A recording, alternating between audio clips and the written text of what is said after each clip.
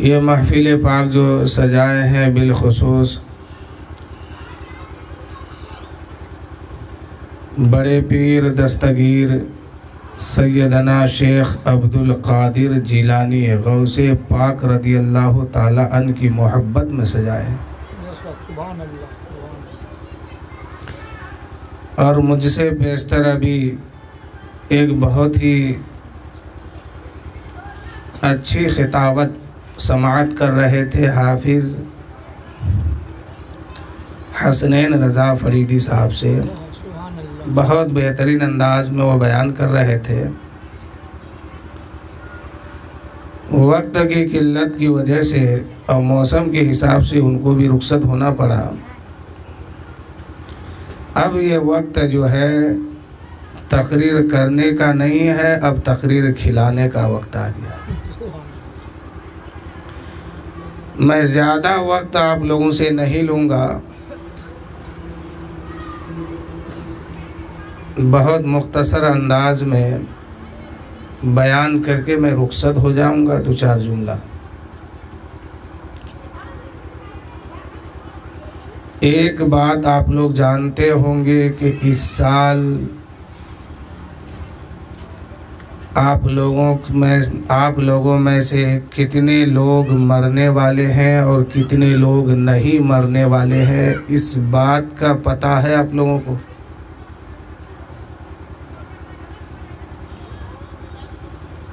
मुझे लगता है कि किसी को नहीं है। कौन आज मरेगा, कौन कल मरेंगे, कल कौन परसों, कौन तरसों, किसी को मालूम नहीं है। एक घंटा के बारे में मालूम नहीं है, एक सेकंड के बारे में मालूम नहीं है। अभी यहाँ है, उठ के जा सकते कि नहीं ये भी पता नहीं है। और कब्र की ज़िंदगी बहुत तवील है, एक मुद्दत वहाँ गुजारना है। फिर मैदान हश्र में आना है, अल्लाह व रसूल के सामने मुँह दिखाना है। तमाम रसूल वहाँ पर मौजूद होंगे, तमाम नबी मौजूद होंगे, तमाम सहाबा मौजूद होंगे, तमाम औलिया मौजूद होंगे, तमाम उलमा मौजूद होंगे। हत्ता कि आपका बाप भी वहाँ पर मौजूद रहेंगे, आपकी माँ भी वहाँ मौजूद होगी। ऐसे आलम में अल्लाह फरमाएगा, मेरे बंदे तेरे हाथ में जो अमाल मिला है इसको पढ़ पढ़ के सुनाओ। वह दिन 50,000 साल का एक दिन होगा। सूरज सर के ऊपर होगा, ज़मीन तांबे की होगी, लोग पसीना में डूबेंगे।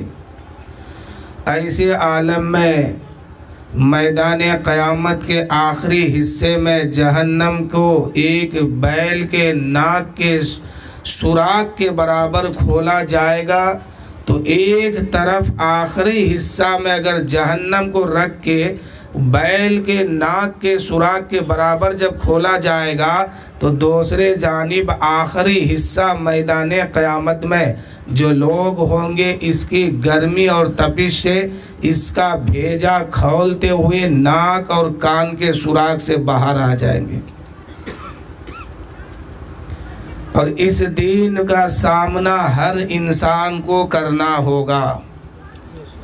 कोई ऐसा बच्चा नहीं है जो उस मैदान में ना पहुँचे होंगे। हर इंसान, हर औरत, मर्द, बूढ़ा, बच्चा, सब कोई पहुँचेंगे। मेरे बताने का और कहने का मकसद यही है कि वहाँ के लिए हमारे पास या आपके पास तैयारी क्या है।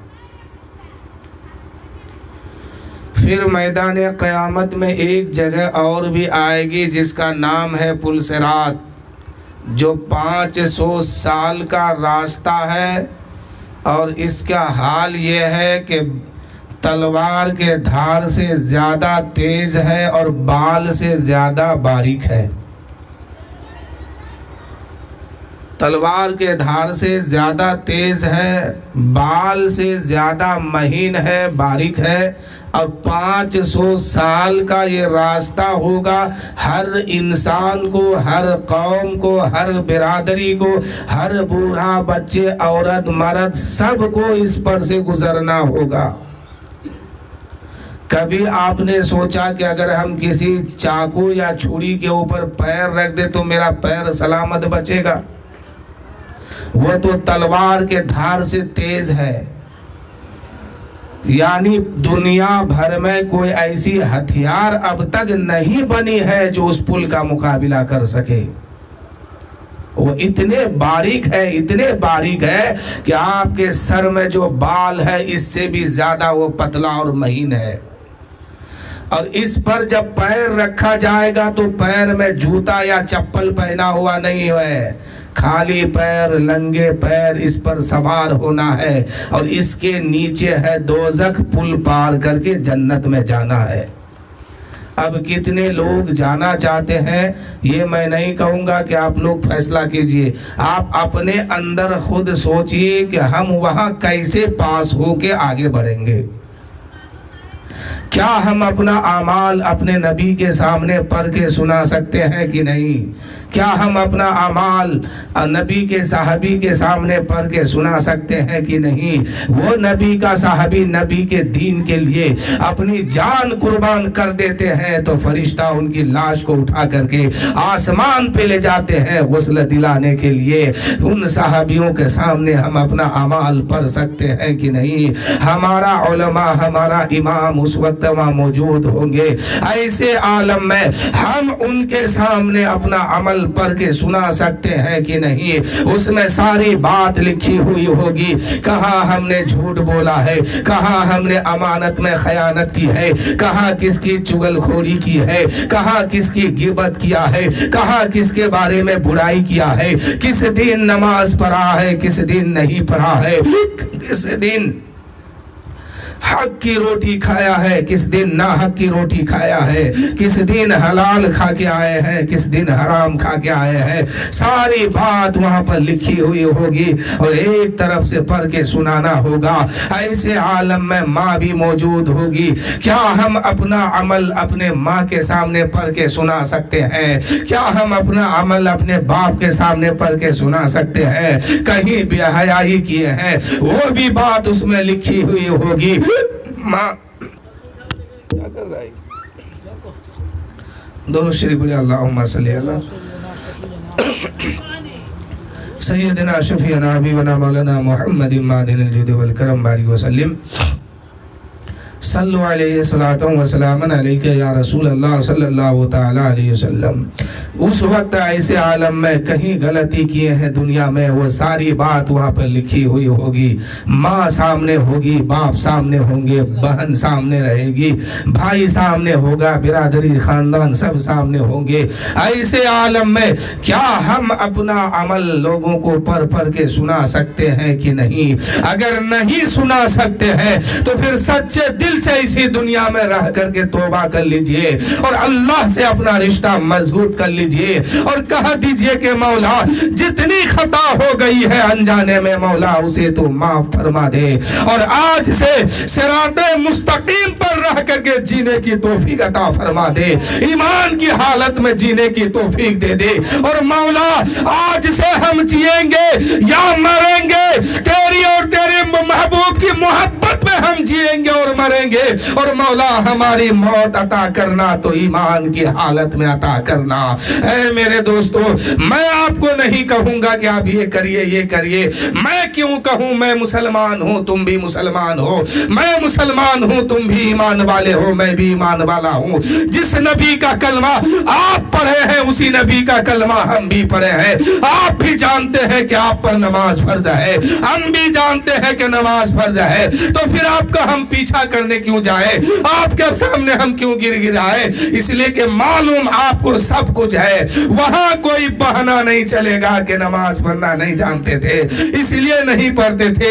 इसलिए अल्लाह ताला ने नमाज से भी पहले एक फर्ज और आप पे लागू किया है। वो बंदों पर पहला फर्ज क्या लागू किया है कि इल्म दीन सीख लो, तुम्हें सीखना फर्ज है। ये फर्ज कब लागू हुआ? जब आप पर नमाज फर्ज नहीं हुई थी, उससे पहले ये फर्ज हो चुका है।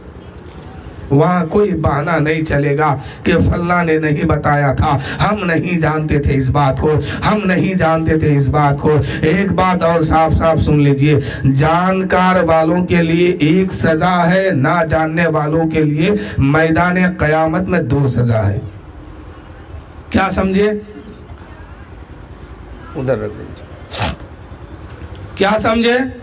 जिसने दीन को पढ़ा, जिसने दीन को सीखा और जिसने दीन पर अमल नहीं किया सीखने के बाद भी, तो इसके लिए एक सजा है।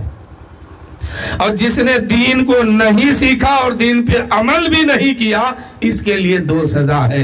एक तो ये कि तुमने सीखा क्यों नहीं, और एक तो ये कि तुमने अदा किया क्यों नहीं। और जो जानता है जिस बात को, अगर वो नहीं करता है तो जानने की सजा उसके लिए नहीं है, ना करने के बदले में उसे सजा दिया जाएगा। इसलिए आप सीखा कीजिए, समझा कीजिए। कोई उम्र सीखने की नहीं होती है। मौत की आखिरी सांस तक इल्म दीन सीखना फर्ज है। इसलिए हर आदमी अपने अंदर गौर कीजिए कि हमें करना क्या चाहिए। इसलिए कि मुद्दतों कब्र की जिंदगी गुजारना है। वहां हमें कोई बचाने नहीं जाएगा, वहां हमें कोई देखने नहीं जाएगा। हमारे घर वाले कुछ देर के लिए रोएंगे, चिल्लाएंगे, बिलकेंगे, कूदेंगे, फानेंगे, उसके बाद फिर वो खामोश हो जाएंगे, कब्र की अंधेरी में छोड़ के आ जाएंगे।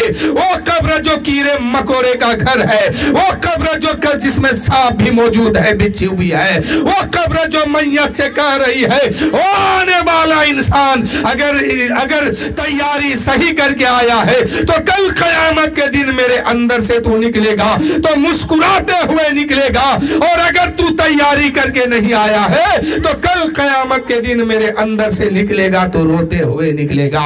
वो कब्र सख्त घड़ी है। आका करीम फरमाते हैं, मुस्तफा जाने रहमत फरमाते हैं, कब्र या तो जन्नत की क्यारियों में से एक क्यारी है या जहन्नम के गड्ढों में से एक गड्ढा है। अमल करके जाएंगे, इबादत करके जाएंगे, रब की फरमाबरदारी करके जाएंगे, जन्नत कब्र जो है वो कब्र नहीं बल्कि जन्नत की क्यारियों में से एक क्यारी बन जाएगी। और अगर अमल सही नहीं है तो फिर वह कब्र जो है कब्र नहीं बल्कि जहन्नम के गड्ढों में से एक गड्ढा बन जाएगा। उसी गड्ढे में सांप भी छोड़ा जाएगा, उसी गड्ढे में आग भी दहकाई जाएगी। आका करीम फरमाते हैं, जो नमाज नहीं पढ़ता है, जो नमाज पर अमल नहीं करता है, जो नमाज पंजगाना छोड़ता है, उसके कब्र में सांप भी डाला जाएगा, बिच्छू भी लाया जाएगा, उसके कब्र में जो है आग भी दहकाया जाएगा, उसको जलाया जाएगा, तरपाया जाएगा, लेकिन उसको मौत दोबारा नहीं आएगी। मेरे दोस्तों, कब्र में बेनमाजी पहुंचते हैं, चाहे वो औरत हो या मर्द हो।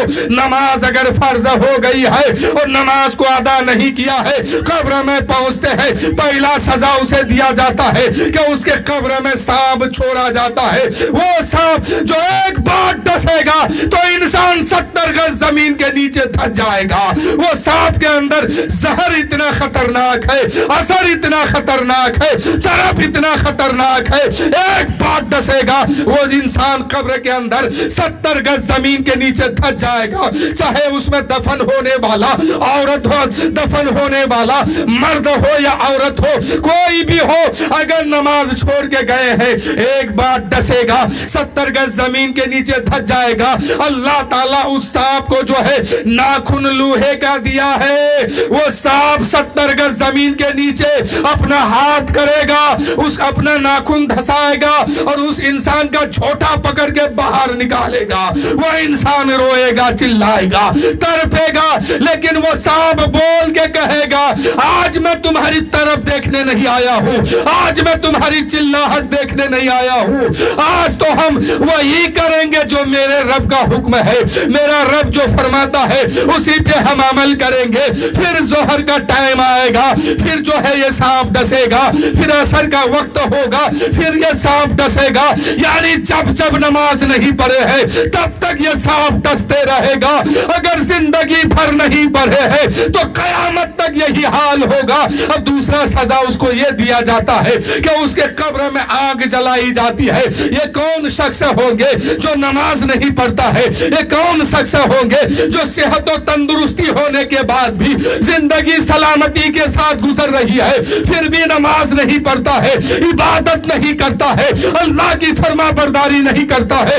ऐसे लोगों के कब्र में जो है आग जलाई जाएगी। वो आग जब भड़क उठेगी उस इंसान को, उस मैयत को जलाया जाएगा। वही मैयत वहां पे तड़पेगी, वहां पे चिल्लाएगी। यहाँ पे घर वाला जो है आपके मालो दौलत को तकसीम कर रहे होंगे, कोई कह रहे होंगे कल जो है इनके नाम से कुरान खानी किया जाएगा, कल कोई कह रहे होंगे ये काम किया जाए बाबा के नाम पे, ये काम किया जाए बाबा के नाम पे। और वहां बाबा के कब्र में आग जल रही है, बाबा के कब्र में सांप है। बाबा के कब्र में तीसरा सजा ये दिया जाता है कि जब कोई बेनमाजी कब्र में पहुंचता है उसके कब्र को तंग कर दिया जाता है। यानी वो कब्र जो है आपस में मिल जाती है और मिलते ही वो इंसान को ऐसा पीस के रख देती है कि पूरे का पूरा इंसान जो है, इनकी सारे वजूद जो है एक सुरमे की शक्ल में तब्दील हो जाती है। जैसे ही ये सुरमा बना, हड्डी पसली भेजा, हाथ आंख मुंह नाक कान वजूद सारे सुरमा बन गए। अब फिर जो है इसको दोबारा ठीक किया जाता है। मौत नहीं हुई है, सुरमा बन चुका, जान मौजूद है, मरा नहीं है। फिर उसको ठीक किया गया, पूरा शरीर ठीक होने लगा। फिर जो है कब्र उसको दबाती है। इसलिए मेरे भाई अमल हमेशा वहां के लिए ज्यादा कीजिए। मैं ये नहीं कहता हूं कि आप सारे काम छोड़ छाड़ के यही काम कीजिए, नहीं। आए हैं दुनिया में तो दुनिया से मुकाबला करना होगा। आए हैं दुनिया में तो दुनिया के साथ चलना होगा। लेकिन कहीं ऐसा ना हो कि दुनिया के साथ चलते चलते कब्र की दुनिया भूल जाए, आखिरत की दुनिया भूल जाए, क़यामत का दिन भूल जाए, पुलसिरात भूल जाए और आखिर में क्या होगा कि जहन्नम में जाए। मुसलमान जो ईमान लाया, ईमान लाने के बाद हद बुलूगियत को पार कर रहा है, उस पर नमाज फर्ज हो गई। जिस गौस पाक के नाम पर आप लोग जमा हुए हैं, महफिल सजाए, इस गौस पाक का हाल आप जानते हैं। अगर किसी मुर्दे को ठोकर लगा दे तो ये मुर्दा उठ के खड़ा हो जाता था। किसी कब्रिस्तान को अगर हुक्म दे दे कि ओ कब्र वाले अब तक काहे सोए हो, उठ के खड़े हो जाओ, तो सारे के सारे मुर्दे, एक दो नहीं, उस कब्रिस्तान में जितने मुर्दे दफन होते हैं और दफन थे, सब के सब उठ के खड़ा हो जाते हैं। अगर गौस पाक किसी कब्रिस्तान में जाके कह दे ओ कब्र के दफीनो अब भी सोए रहोगे, उठो मेरे साथ दौड़ो, मेरे साथ चलो, तो कब्रिस्तान के सारे मुर्दे कब्र से बाहर निकलते हैं और गौस पाक के पीछे पीछे दौड़ना शुरू करते हैं। यह गौसे पाक की शान है और यह करामत है। इनका हाल यह है, जानते हैं, एक तरफ तो मामला यह है कि कब्रिस्तान में अगर ठोकर लगा दे तो एक दो नहीं, सारे मुर्दे उठ के खड़े हो जाए। आज पूरी दुनिया में ऐसे आदमी नहीं है, कहीं भी नहीं पूरी दुनिया में। ये गौसे पाक की शान है और ये गौसे पाक का हाल ये है कि ईद के दिन भी रोया करते थे। अन दिन तो ये रोते ही हैं अल्लाह की खौफ से, लेकिन ईद के दिन भी रोते थे। किसी ने सवाल किया कि गौसे पाक आप इतने बड़े वली हैं कि मुर्दे को जिंदा कर देते हैं और फिर रोते क्यों हैं? ईद का दिन है, खुशी का दिन है, खुशी मनाइए। गौसे पाक फरमाते हैं, लोगों, अब्दुल कादिर की ईद तो तब होगी जब उसकी मौत ईमान की हालत पर हो। क्या कहे कि गौसे पाक की ईद तब होगी, उस दिन होगी जिस दिन गौस पाक की मौत ईमान की हालत पे होगी, वही ईद है उनकी। हमने कभी सोचा कि हमारी मौत कैसे होगी? हम कितना उस वक्त तड़पेंगे? रूह जो निकलेगी कैसा दर्द होगा, रूह जो निकलेगी कैफियत कैसी होगी मेरी, हम कितना चिल्लाएंगे, तड़पेंगे। लोग मुझे उस वक्त पानी भी पीने देंगे कि नहीं देंगे?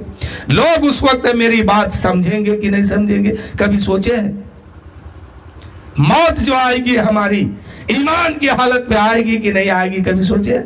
नहीं सोचते हम लोग, कभी नहीं। अब वो गौसे पाक जिसको रब तबारक व ताला कहता है कि अब्दुल कादिर खाना खा लो, तब खाते हैं।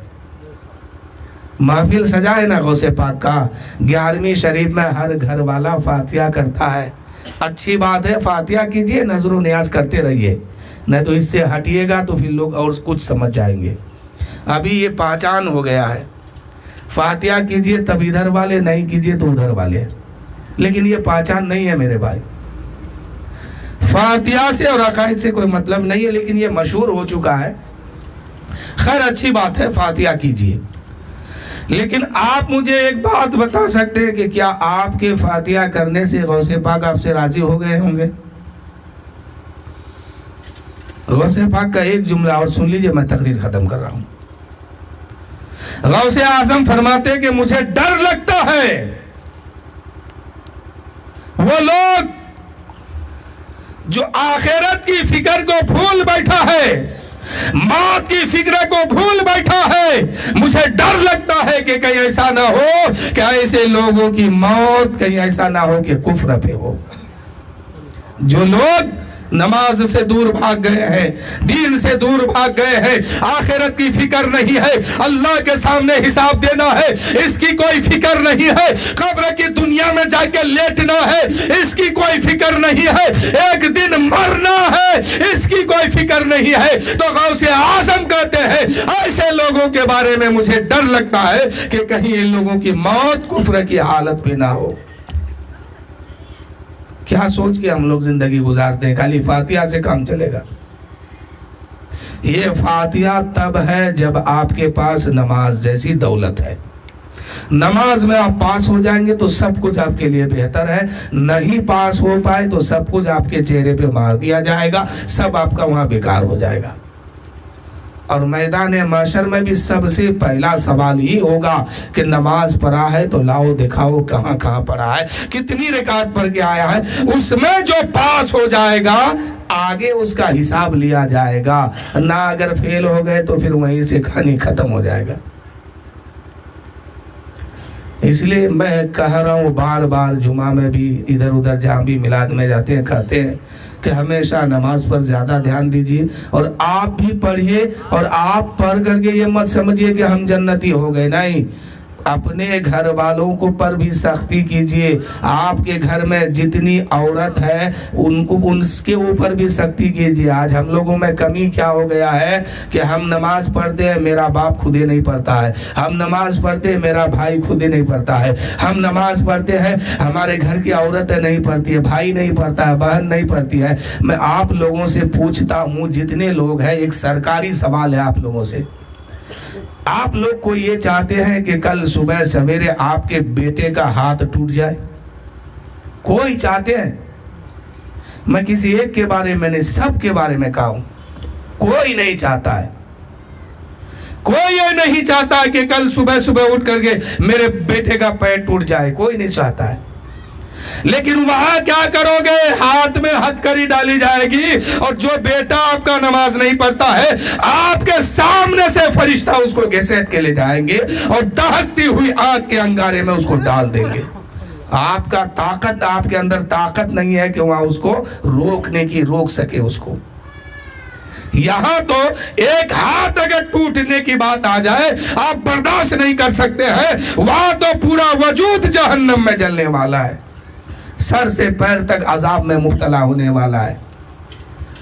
तो इसलिए जो मोहब्बत आज आप करते हैं अपने बच्चों से, अपने घर वालों से, अपने घर की औरतों से, मर्दों से, यही मोहब्बत अगर चाहते हैं कि हमेशा बच जाए ये मोहब्बत और ये मोहब्बत जन्नत में चले जाए, तो जो काम आप कर रहे हैं वही काम करने का हुक्म आप उनको भी दीजिए। आप नमाज पढ़ते हैं, घर वालों से भी पढ़वाइए, वरना मेरे भाई यहाँ तो हाथ टूटने की बात आई है ना, वहाँ भेजा पे एक डंडा फरिश्ता मारेंगे ना तो इंसान जो है बिल्कुल पीस करके मैदा हो जाएगा, फिर उसको ठीक किया जाएगा।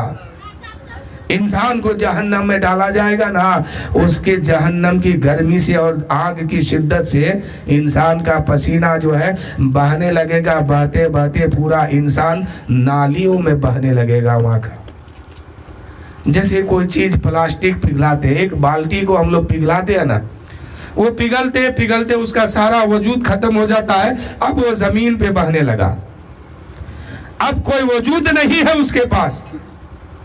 ऐसे ही इंसान जहन्नम में जब पहुंचेगा ये पिघलना शुरू होगा, पिघलते पिघलते पिघलते पिघलते जहन्नम के नालियों में इसके पूरे वजूद बहना शुरू हो जाएगा। जब उस किनारे तक पहुंचेगा अल्लाह ताला फिर इसको ठीक करने का हुक्म देगा। चाहते हैं कि हमारे घर के बच्चे, हमारे घर की औरतें ऐसे मकाम पे पहुंच जाए? नहीं चाहते। तो जहां दुनिया में इतनी मोहब्बत किए हैं, अगर चाहते हैं कि ये मोहब्बत कल क़यामत के दिन भी सलामत रहे तो इस पर सख्ती कीजिए, और अगर सख्ती से काम नहीं चलता है तो मारना पड़े तो मारिए, शरीयत ने ये छूट दिया है। वरना यही बच्चे कल आपके लिए वहाँ वबाल बन जाएगा, कहेगा मेरा बाप सख्ती नहीं किया था। यही घर की औरत वहाँ आपके लिए वबाल बनेगी और कहेगी अगर ये चाहता तो मुझे भी नमाज पढ़ने पर सख्ती करता, मुझे भी हुक्म देता, कभी नहीं दिया, इसलिए आज मैं जहन्नम में जा रही हूँ। इसलिए मेरे भाई हमेशा आप अपने भी बचने की कोशिश कीजिए, अपने घर के बच्चों को भी बचाने की कोशिश कीजिए, अपने घर की औरतों को भी बचाने की कोशिश कीजिए। कुरान कहता है बचो उस आग से जिसका ईंधन इंसान और जिन्नात और पत्थर है। तो मेरे दोस्तों उस जहन्नम की दहकती हुई आग से बचिए। अल्लाह ताला की बारगाह में दुआ है कि मौला हम सबको अमल करने की तौफीक दे और